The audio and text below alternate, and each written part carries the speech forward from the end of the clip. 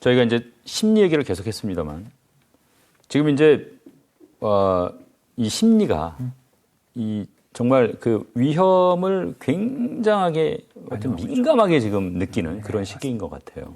열심히 투자를 해야 되는 수많은 기업들의 채권 금리는 작년 3%면 충분히 발행할 수 있었던 게 지금은 9%를 줘도 발행이 어려워졌습니다. 왜 그렇죠? 이제 우리 답을 할 수 있게 됐죠. 너무 위험하게 느껴지는 거죠.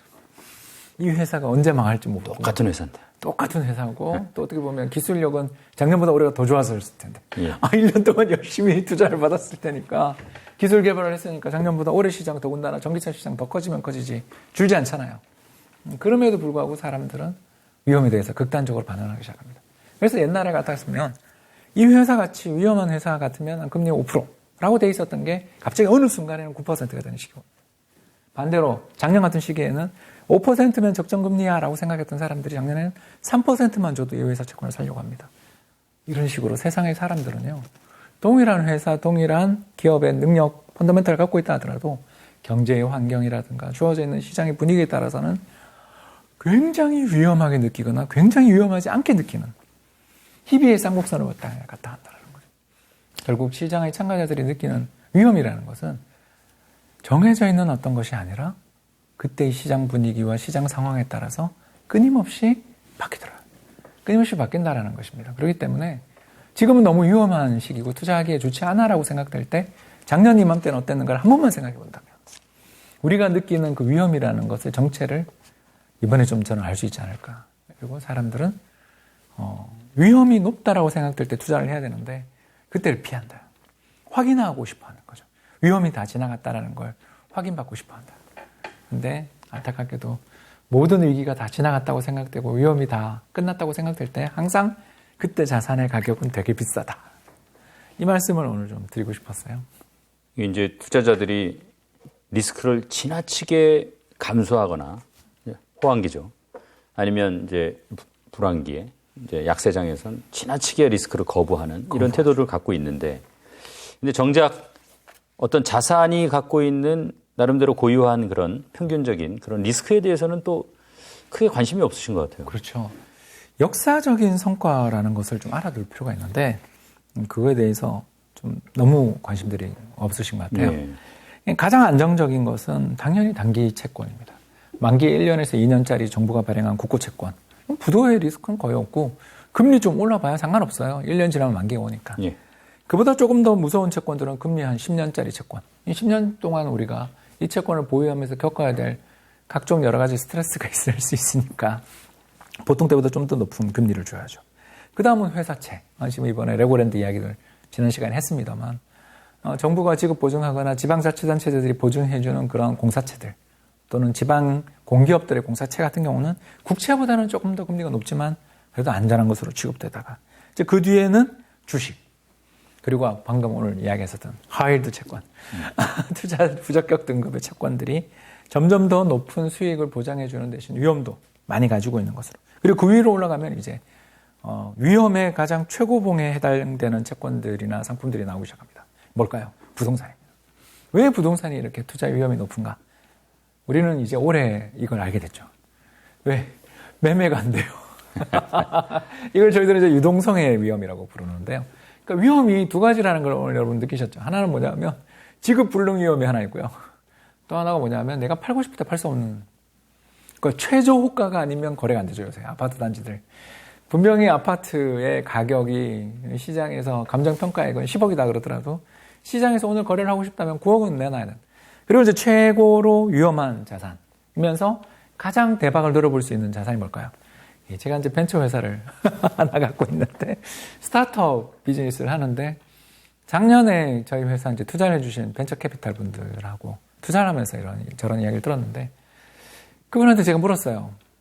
저기 이제 심사장님한테 심사장님 보기에 지금 제일 큰 우리 이 업계의 리스크가 뭐라고 생각해요? 그러니까 그분이 그러더라고요. 저한테 박사님 회사가 망하냐 안 망하냐는 저희들 전혀 관심이 없다. 왜냐 이 회사에 투자를 하면 한 5년에서 8년 보고 한다. 근데 제일 겁나는 게 뭐냐면 지금 이 뜨거운 IPO 시장, 기업 상장 공모 시장의 문이 닫히는 순간 우리는 투자된 돈들을 활용할 수가 없게 된다.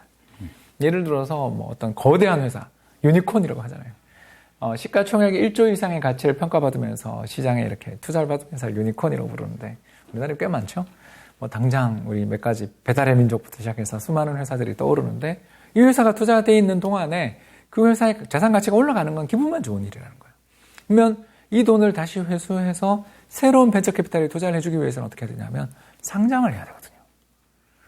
장외에서 팔면 엑시스를 해야 돼요. 네, 엑시스를 할 방법이 잘 없거든요. M&A가 되든가 아니면 굉장히 비싼 여러 가지 비용들을 지불하고서 파는 수밖에 없는데 쉽지 않거든요. 이런 것처럼 투자의 위험 순위는 만기가 짧은 단기 채권부터 시작해서 벤처 캐피탈까지 이어지는 투자의 위험이 높을수록 기대 수익도 높은 게 이 자본주의 사회의 현실인데 언젠가 투자의 위험은 극도로 높은데도 불구하고 수익은 그저 그런 시장이 종종 출현하고 또 반대로 지금은 투자의 위험이 그렇게 생각보다는 안 높아 보이는데 어마어마하게 높은 수익을 원하는 불황이 출현한다라는 거죠. 그럼 우리는 어떻게 투자를 해야 되냐? 투자의 위험은 생각보다 그렇게 크지 않은데 비해 높은 수익을 보장해주는 시기에 투자를 해야 되고 반대로 보장하는 수익은 변변찮은데 높은 위험만 있는 시기가 있을 때는 좀 조심해야 되는 이런 역발상의 자세들을 가지라는 게 이 책 마켓 사이클의 법칙의 어떤 주된 내용이 아닌가 생각됩니다. 이 이름처럼 하이일드 채권이라는 거는 일드가 높은데 대신에 리스크도 많다. 뭐 이런 채권 아니겠습니까? 그렇습니다. 그런데 그게 사이클의 어떤 시점에서는 실제 리스크는 높지 않은데 수익은 많이 내주는 그런 시기가 있어요. 그렇죠? 그렇죠. 이게 이제 경기가 바닥을 치고 돌아서기 시작하는, 그러니까 바닥 전에부터 좋아집니다. 왜 이런 채권들이 좋아지냐 하면 결국 중앙정부가 큰일 났다라고 느낄 때 그러니까 너무 우리가 금리를 많이 올린 거 아니야. 우리가 너무 재정을 긴축한 거 아닌가라는 그런 걱정을 느낄 때 요 오크트리 캐피탈의 하워드 막스 회장님이 그걸 삽니다. 요런 분들이 그래서 떼돈을 버시죠. 여러분 수익이 너무 좋아가지고요. 저희도 그때 이제 투자를 좀 해보려고 그랬었는데 이게 가려받는 펀드들의 특성이 있어요. 이제 그 뒤에 좀 이따 나오는데 펀드들이 아무 돈이나 안 받는 펀드들이 세상에 존재하는데 그 펀드들이 엄청나게 늘어나는 시기는 정말 조심해야 됩니다. 이게 정말 이 오크트리 회장님이니까 쓸 수 있는 표현이 책 뒤에 나오는데 조금 이따가 또 할 걸 약속드리며 일단은 큰 돈을 벌 수 있는 걸 보면서 아마 지금 분명히 오크트리 회장님인 하워드 막스 회장님이나 또는 오렌 버핏 회장이 오렌 버핏 회장님도 사실 사모펀드 대표잖아요.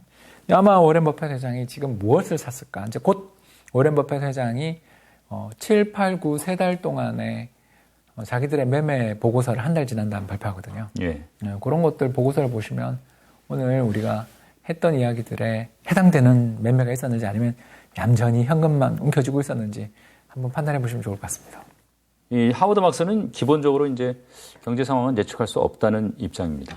뭐 여기 동의하시는 분, 동의하지 않으시는 분 있겠지만 이제 그래서 이 자본 공급과 수요 이걸 뭐 신용 상황이라고 하던데 이 신용 상황이 오히려 이제 다른 지표에 비해서는 상당한 예측력을 가졌다. 왜냐하면 우리가 미래를 예측할 수는 없지만 그래도 남들보다 조금이라도 더 아는 그 지식의 우위가 이제 수익을 확보할 수 있는 길이라고 이제 하워드 막스는 좀 얘기를 하고 있는데 그렇다고 하면은 그런 신용 상황을 우리 경제에 지금 대입을 해본다 그러면 좀 어떻게 해석이 됩니까?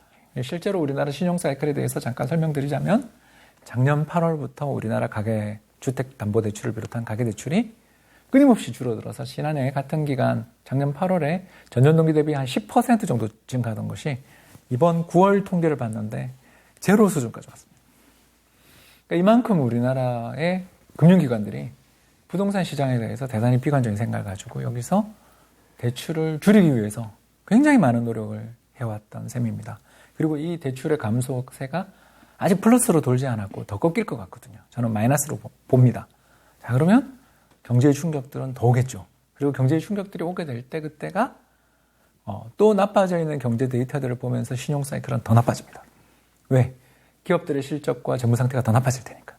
더 대출을 줄이는 방향으로 가게 되면서 그때 에너지가 마이너스의 에너지가 최고 극점에 도달하는 시기에 정부의 개입이라든가 또는 또 다른 긍정적인 외부 요인들이 시장에 출현을 하면서 이제 이런 마이너스의 사이클들을 돌려놓게 되는 거죠. 반대로 플러스의 사이클의 또 흐름을 하나 말씀드리자면 대출 태도가 완화되는 대출 태도 지수라는 게 세상에 존재하는데요. 그래서 미국의 대출 태도 지수를 보면 최근 들어서서 서브프라임 모기지 위기 이후에 두 번째로 대출 태도 지수가 강화되어 있습니다. 심사 분석을 전혀 안 해주는데 반대로 불과 작년 이맘때 어떤 일이 있었냐면 전체 심사 분석자들을 대상으로 한 서베이 조사에서 대부분의 사람들이 완화 쪽이었고 너무 그렇게 대출 심사를 엄격하게 할 필요가 없다라고 답했습니다. 그런 시기들이 올 때는 반대로 주식시장이 굉장히 조심해야 되는 시기죠. 유동성이 끝없이 풀리고 그 돈들이 자산시장, 주식이든 부동산이든 채권시장에 너무 많이 유입되는 거죠. 근데 지금은 어떠냐 하면 2008년 글로벌 금융위기 이후에 두 번째로 나쁜 시기. 가장 나빴던 2008년 위기 이후 가장 나빴던 건 2020년인 거고요.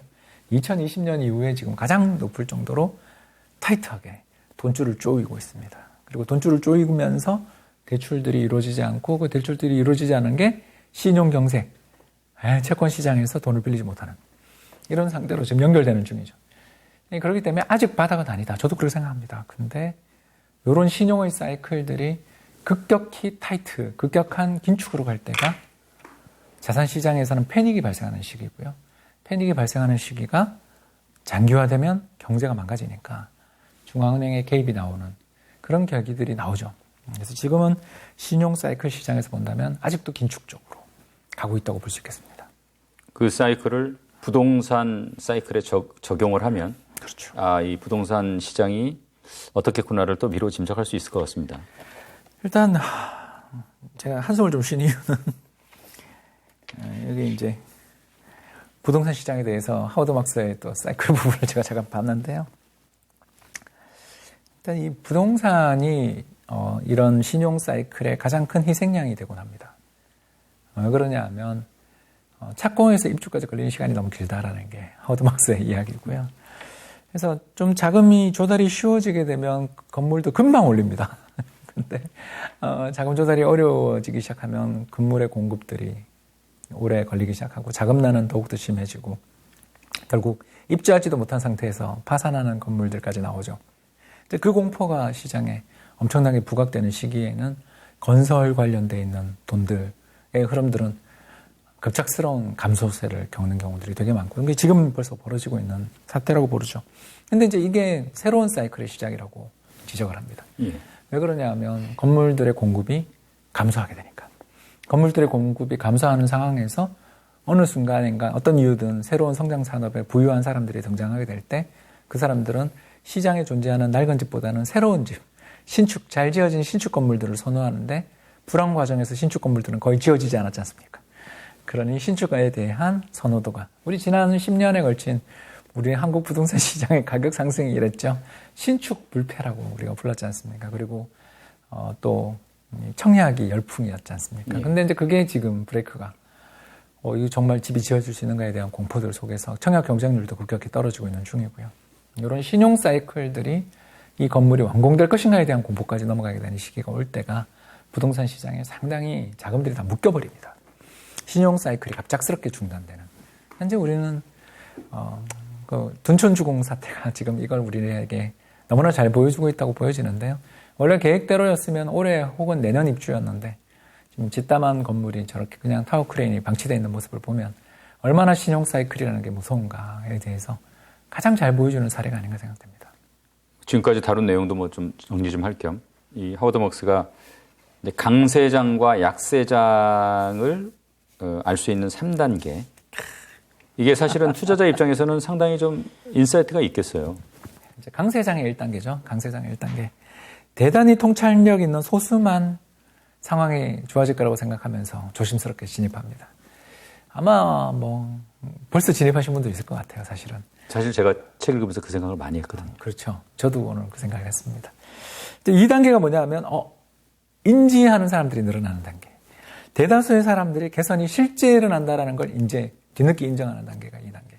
이제 이때가 가장 강력한 폭발적 상승이 시작되겠죠. 3단계. 모든 사람이 영원히 이 상태가 이어질 거라고 생각하는 것. 작년 갭 투자 장세가.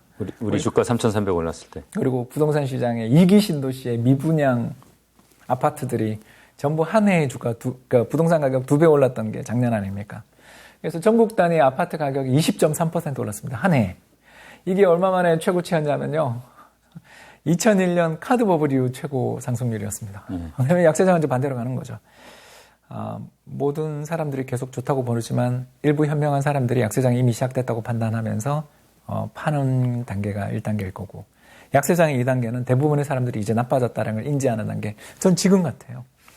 지금 대다수의 사람들이 굉장히 경제가 안 좋고 자산시장이 붕괴되고 있고 또 이제 앞으로는 미래가 없다라고 생각하는 사람들이 점점 늘어나다가 약세장의 마지막 3단계엔 이제 앞으로 장기 불황. 그러니까 저는 키워드로 항상 제가 많이 쓰는 걸 오늘 팁을 드릴 수 있게 됐는데요. 저는 이제 구글 트렌드나 네이버 또 검색 트렌드를 하다 보면 장기 불황이라는 말을 종종 넣어봐요. 그래서 언론이나 뭐 어디든 그 인터넷 사이트든 이런 데서 장기 불황이라는 용어들이 급격히 증가하는 시기가 지나고 보면 투자할 때 정말 좋은 찬스였는데 그게 언제였냐면 2015, 16년 우리 한국의 경제경영 베스트셀러의 상위권이 전부 암울한 미래를 거둔 기록하는 장기 불황을 경고하는 책들로 가득 뒤덮인 적이 있었습니다. 그래서 지금은 아직은 장기 불황 이야기는 소수에 불과한데 저는 내년 이맘때 출판 시장은 장기 불황에 대한 공포와 경고로 가득 차 있을 거라고 생각하고요. 그런 방금 정말 하워드 막스의 마지막 경고를 다시 한번 확인하겠습니다. 모든 사람들이 현재의 상황이 영원히 이어질 거라고 기대할 때 이게 이제 마지막 3단계. 약세장의 마지막 3단계다라는 말씀을 좀 드릴 수가 있겠습니다. 이 책 자체가 사실은 굉장히 어떻게 보면은 좀 이론적이고 추상적이지만 이 실제 투자에도 많이 적용을 할 수 있겠다는 생각을 했는데 이 강세장, 약세장 3단계 중요한 좀 지표인 것 같고 또 하나 하워드 막스가 지금 시장평가 지침이라고 해서 여러 지표들을 정리한 가이드를 만들었더라고요. 예. 이거 보면은 제가 보니까 지갑 열 때 닫을 때로 좀 구분할 수 있을 것 같더라고요. 정말 저희들 표현으로 뼈를 좀 많이 때리더라고요. 하나 몇 가지만 할까요? 몇 가지만 해볼까요? 예. 그래서 지금이 이제 우리가 제일 가장 좀 직접적인 부분에 대해서 이야기하자면 경제 전망기관. 제가 하는 일이건데 저희들이 요새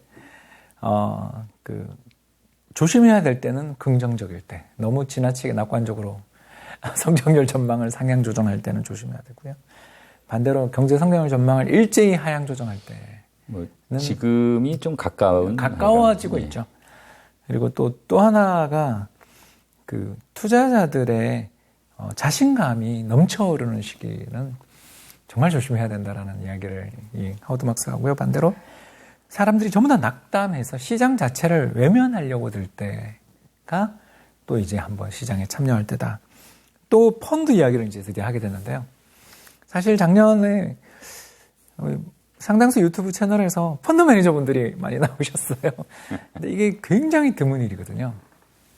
왜 그러냐면 저는 이제 국민연금에서 자금 집행을 오랫동안 한 사람으로서 수익률 좋고 평판 좋은 데는 잘 안 받아요. 그런 때가 있거든요. 그런 때가 뭐냐면 가입이 어려워요. 그러니까 펀드에 가입하기가 어렵고 줄을 서야 되는 시기가 생기는 거죠. 그리고 펀드 매니저가 시장의 영웅이 되는. 지금은 어떻습니까? 나오면 욕을 먹죠. 그리고 누구나 가입할 수 있죠. 네, 이런 시기. 또 하나 더 이야기를 좀 또 하자면, 이 지나친 실수를 이제 이야기하는데요. 투자자들의 저지르는 실수를 이야기하면 바로 지나친 위험을 수용하는 경우들이 나옵니다. 기대 수익은 이제 역사적으로 볼 때 미미한데. 사면 오를 거야 생각하는 거죠. 그리고 또 이럴 때 항상 나오는 이야기를 하나 제가 더 이야기하자면 One Decision Stock이라는 이야기들이 꼭 나옵니다. 이게 뭐냐면 나 이걸 사면 영원히 갖고 갈 거야. 말도 안 되는 소리거든요. 저 정말 이거 가서 그냥 저는 애한테 물려줄 거다. 이런 이야기가 나올 때가 저는 항상 시장에서 제일 조심할 때다. 사람은 그렇게까지 미래에 장기 투자 못 하거든요. 난 얼마든지 버틸 수 있다. 이 회사는 정말 좋은 회사이기 때문에 평생 한 번 사면 영원히 안 팔 거기 때문에 One Decision Stock이라고 불러요. 그러니까 이런 회사들을 옛날에 IBM이 이랬다고 그러죠. IBM 주가를 보시면 알죠. 제너럴 일렉트릭도 이랬답니다. 한국에서는 지금 삼성전자죠. 물론 삼성전자가 제너럴 일렉트릭이나 IBM보다 더 위대한 회사가 될 거라고 저도 믿습니다만 너무 지나친 자신감들을 가질 땐 조심해라. 반대편은 뭐죠? 너무나 적은 리스크만 수용하려 한다. 그러니까 은행 예금만 전부 다 가입하라 그러고 또 자신들은 다음에 귀가 팔랑팔랑 하면서 이자 다 포기하고 또 해지하지 않을 것처럼 행동하는 그런 일들이 우리는 너무나 자주 온다라는 것. 정말 이 대조시킨 표를 보시면서 지금이 어디에 가까운가를 갖다가 저 같은 경우는 이렇게 프린트해놓고 한번 이렇게 체크하는 것만 1년에 한 번씩만 해도 투자에 있어서 큰 실수는 없지 않을까 그런 생각을 하게 되는 것 같습니다. 이게 이제 지금 사이클 여러 측면에서 살펴봤습니다만은 이론적으로는 사실 좀 매끈해요. 근데 현실은 또 그렇게 만만치가 않단 말이에요. 아마 투자 환경 온도를 잘 측정을 해도 궁극적으로 그러면 그 다음에 무슨 일이 일어날 것인가. 이거를 확실하게 알 수 없다는 게 아마 이제 근본적인 문제일 것 같아요. 이게 이제 바로 하워드 막스가 책 뒷부분에서 대응 방법 이야기하면서 했던 게 바로 이것 때문인데요. 사이클이 100년을 돌이켜보면 명확해요. 그 제일 밑에 있는 점선이, 이게 디스플레이 되어 있는 점선에서 제일 밑에 있는 점선이 뭐냐면 일본이거든요. 조그만한 반등이 나오다가 과거의 고점을 넘지 못하고 무너지는. 이거 되게 많죠. 이런 경우가 있었고요. 또 가운데 있는 점선은 뭐냐면 2000년대 미국이거든요. 이게 2000년대 미국 주가를 보시면 그 2000년 초에 기록했었던 고점을 완전히 시장이 회복해서 넘어서는데 12년 걸렸어요. 2012년에 넘어섰습니다. 그걸. 굉장히 힘들었고요. 세 번째 가장 위에 있는 점선은 지난 10년간의 미국 시장, 한국 시장이겠죠. 자, 우리는 이 세 가지 시나리오 중에 어떤 것도 자신할 수 없어요. 왜? 운이 없을 수 있거든요. 저는 이거 운이 굉장히 중요하다고 생각합니다. 마켓 타이밍을 아무리 잘 잡고 우리가 사이클을 정말 잘 파악했다 하더라도 그때 갑자기 불운한 일이 생길 수 있죠. 결국 우리는 모두 똑같은 가능성을 지니는 게 아니고 그게 어떤 쪽으로 갈지에 대해서 확률적으로 접근을 해야 되는 거고 그렇기 때문에 요 마켓 사이클의 법칙에서 이야기하는 항상 조언이 뭐냐면 이제 사이클상 바닥이니까 여기 베팅을 해야 돼가 아니라 요 사이클 상에서 베팅은 맞지만 어떤 특정 국가에 대해서 모든 걸 베팅하는 것도 아니고 또 위험과 수익의 관계를 보여주는 우리가 아까 그림을 봤잖아요. 그렇다면 주식만이 꼭 거기서 경기가 회복될 때 좋아지는 자산은 아니고 우리 아까 봤던 하이힐드 자산도 될 수가 있고요. 리츠도 역시 경기 회복이 될 때 나타날 때 성과를 낼 수 있는 자산이 될 수도 있고 사모펀드 자산도 될 수 있거든요. 오크트리 회사 주식을 살 수 있는 거잖아요. 그러니까 어떤 한 방향의 사이클이 이쪽 상방향이다라는 걸 알았더라도 이 상방향의 시나리오가 상방향은 상방향이라도 다 다른 방향으로 시나리오가 갈 수 있다는 것을 인정하자라는 거죠. 그러면 똑같이 시장 경기가 좋아지고 고위험 고수익 자산이긴 하지만 특정 자산에 올인하지 말고 분산을 시켜. 그래서 이 책을 보면 뒷부분에 막 부동산 시장 사이클도 나오고 부실채권 사이클도 나오고 건설 사이클도 나오고 되게 많은 시장 사이클을 공부를 한 걸 발견할 수가 있거든요. 예. 우리 너무 주식만이 어떤 유일한 투자 자산이고 부동산만이 유일한 투자 자산인 것처럼 행동했다. 우리 작년에 고생했잖아요. 그걸 이번에는 좀 잘 되살려서 세상에는 되게 생각보다 많은 경기 사이클이 상승할 때 그 경기 상승의 궤적이 과거와 똑같지 않더라도 성과를 낼 수 있는 다양한 그런 자산군이 있고 그 자산군에 대한 대비들이 있으면 정말 좋지 않겠냐라는 이야기를 할 수 있을 것 같습니다. 예, 분산이라는 게 이제 불확실성에 대처하는 굉장히 유효한 수단이 될 수 있을 것 같아요. 이 사이클 본질에 대해서 이제 남들보다 이제 지식의 우위, 그러니까 하워드 막스는 지식의 우위라고 표현을 했더라고요. 이건 뭐 당연히 이제 필요 조건일 테고, 설사 우리가 좀 수익이 덜 하더라도 언제든지 리스크를 충분히 고려하는 태도, 이게 이제 장기적인 성공을 거둘 수 있는 길이다. 이게 이제 하워드 막스의 얘기인데, 근데 반면에 네. 공격적일 때는 공격적이어야 한다. 맞습니다. 이런 것도 또 굉장히 강조를 해요. 왜냐하면 투자라는 게 결국은 돈을 버는 게 공적인 목적이니까요. 그래서 이제 강조하는 게 사이클 포지셔닝인데 좀 여기에 대해서 좀 설명 좀 해 주십시오. 저는 정말 이 책에 이 315페이지 부분이 정말 인상적이었어요. 이게 뭐냐면 2008년에 손실이 가장 컸었던 산업 분야가 쫙 나오거든요. 네. 그래서 그때 당시 최악의 성과를 기록했었던 게 아시아 태평양식 주가입니다. 무섭죠. 미국에서 사고가 났는데 한국이 더 빠졌어요. 예.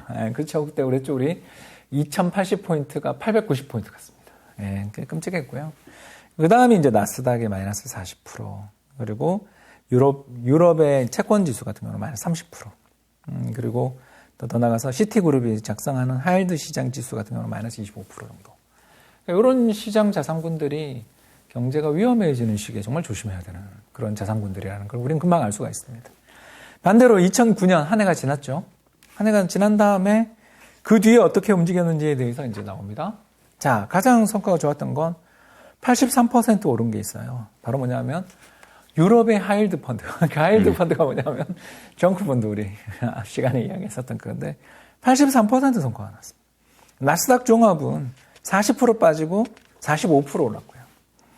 그리고 유로피언 론 지수라고 해서 채권 지수 같은 경우도 47%.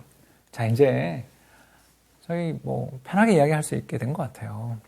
시장이 굉장히 위험한 시기로 갈 때, 투자자들이 위험을 너무 과소평가하고 대담해지면 줄을 서서 펀드 가입하려고 들는 시기에는 이런 것들을 피해야 되는 거죠. 우리가 투자의 분포들 아까 보여드렸지 않습니까? 채권 쪽, 만기가 짧은 채권부터 시작해서 정부가 지급 보증해주는 그런 자산들로 가야 되는 거고요. 반대로 지금처럼, 지금 아마 2008년처럼 이게 자산이 붕괴됐겠죠. 그럼 2009년에 많이 올랐던 자산 중에 매력적인 자산이 어디 있는가를 살펴봐야 되는 거죠. 그러니까 경기 사이클이라는 것에 대해서 역사적인 배경과 역사적인 흐름을 알게 된다면 베팅을 해야 될 때와 조심해야 될 때를 구분할 수 있게 되고, 지금은 베팅해야 될 때겠죠. 베팅해야 될 때는 어딘가 2022년 가장 많이 빠진 자산군 중에서 펀더멘탈이 영원히 훼손되지 않을 거라고 생각되는 자산 위주로 분산하자라는 거. 그래서 제가 하이힐드 채권을 아까부터 계속 제가 조금 이야기를 했던 이유가 이 책을 읽고 너무 감명받아가지고요. 이 책을 읽었는데 정말 이렇게까지 급등하는구나. 이게 왜냐하면 파산의 리스크에서 갑자기 죽다 살아나는 그 기쁨이라는 게 투자자들을 너무나 매료시키기 때문에 이 자산에 어마어마한 베팅이 이루어지기 때문이겠죠. 그런 측면에서 저는 뭐 주식도 참 좋아 보이지만, 주식도 정말 뭐 좋아 보이지만 이렇게 다양하게 좀 분산해보자. 그래서 지금 저는 뭐 시장에 대해서 평가를 하자는 게 아니라 제일 많이 빠진 주식도 참 좋지만, 주식이 제일 많이 빠졌으니까요. 두 번째로 좀 투자해보고 싶은 것은 하이힐드 채권들. 세 번째는 최근에 지금 패닉하고 있는, 부동산이 패닉 상태니까 부동산 주거용 리츠 상품들도 이럴 때 공격을 생각해 보신다라면 뭐 한 방에 다 사자는 게 아니라 우리의 자산 포트폴리오 내에서 절반 이상은 이제 이쪽으로 서서히 분할해서 옮겨 나가면 좋은 성과 있지 않을까 생각이 들더라고요. 이게 어떤 투자 방법도 나름의 이제 한계가 있어요. 그래서 이제 하워드 막스도 사이클에 대응하고 사이클을 활용하는 투자 역시 분명한 한계를 갖고 있고, 그런 대응의 한계도 잘 알아야 된다 이렇게 얘기를 하고 있는데, 어떤 데 좀 우리가 주의를 기울여야 되는 겁니까? 잘못된 교훈을 얻을 수 있죠. 우리가 이제 앞에 지난 시간에 이야기를 했었는데 갈브레이스 교수님의 이야기를 인용을 우리가 했었던 게 기억나실 텐데, 사람들의 그 단기 기억에 대해서 이야기를 하는데, 지금 저는 이번 시장에서 저도 지금 손실을 솔직히 겪고 있는 입장에서 이야기를 오늘 편하게 하자면 2020년 같은 장이 또 올 거라고 생각하기 쉽다라는 거죠. 지난번하고 이번 장의 패턴이 똑같지 않겠냐라는 기대를 마음속에 하게 되는 거죠. 그러니까 뭐냐 하면 굉장히 짧은 시간에 경제 패닉이 발생하고 빠르게 회복되는. 근데 이번에는 벌써 14개월째 빠지고 있거든요. 작년 7월이 우리나라 주식시장 고점인데, 맞죠? 6월, 7월이 고점입니다.